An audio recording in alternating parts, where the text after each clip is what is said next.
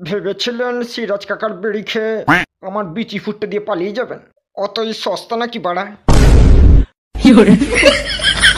আরো 100 লাগবে।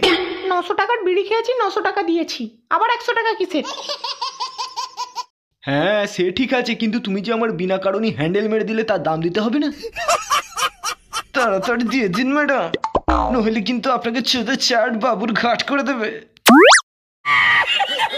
কি ব্যাপার, যেই বাংলা মালের দাম 5 টাকা বেড়েছে অমনি জামাই বিড়ি নিয়ে পায়খানায় হাঁক দিয়ে এসেছে। ভালো করে শোন, যার নেই মাই তার নাম নিমাই, আর আমি নয় তোর জামাই। কি বলেছিস ওকে? কি বলেছিস? 10 মিনিটের মধ্যে যদি আমি ভুলে যাই তুই আমার বাবার বিড়ির আলোয় পড়াশোনা করিস, তাহলে তোর ভবিষ্যৎ অন্ধকার হয়ে যাবে। বকচিদের ম্যাডাম চুপ স্যার। বিড়ির জন্য হাঁক দিতে পারছো না, আর তোমার বাবা মাই বা কিরকম? ছেলের জন্য 1 প্যাকেট বিড়িও কিনে দিতে পারছে না। আমার মা বিড়ি টেনে কান দিয়ে ধোঁয়া বার করতে গিয়ে কেলিয়ে গেছে।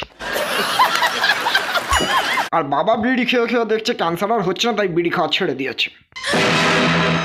তার মানে তোমার বাপের বিচিতে টাল আছে। তুই বিড়ি নিয়ে পায়খানায় হাগিস আর আমি পা দাঁড়ি।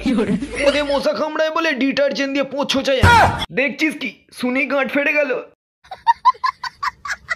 এ কি অসভ্যতা ইন্দ্র, উনি তোমার বাবার বিচির ড্যাঙর বেচে দেয়। সেই জন্য তো চুষে দিতে বলছি।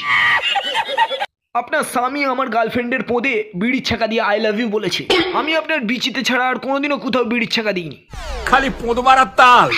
হ্যাঁ, একবার আপনার মেয়েকে ওতে নিয়ে গিয়ে বিচি ঘষাঘষি করতে গিয়ে ফোসকা পড়ে গিয়েছিল, সেটা আলাদা ব্যাপার। ও আমাকে বিশ্বাস করে আমার সাথে বিড়ি খাওয়া শিখেছে। সেই বিশ্বাসে যদি কেউ হেগে দেয় তাহলে তার মুখে বিচি ভরে আমি মুতে দেব।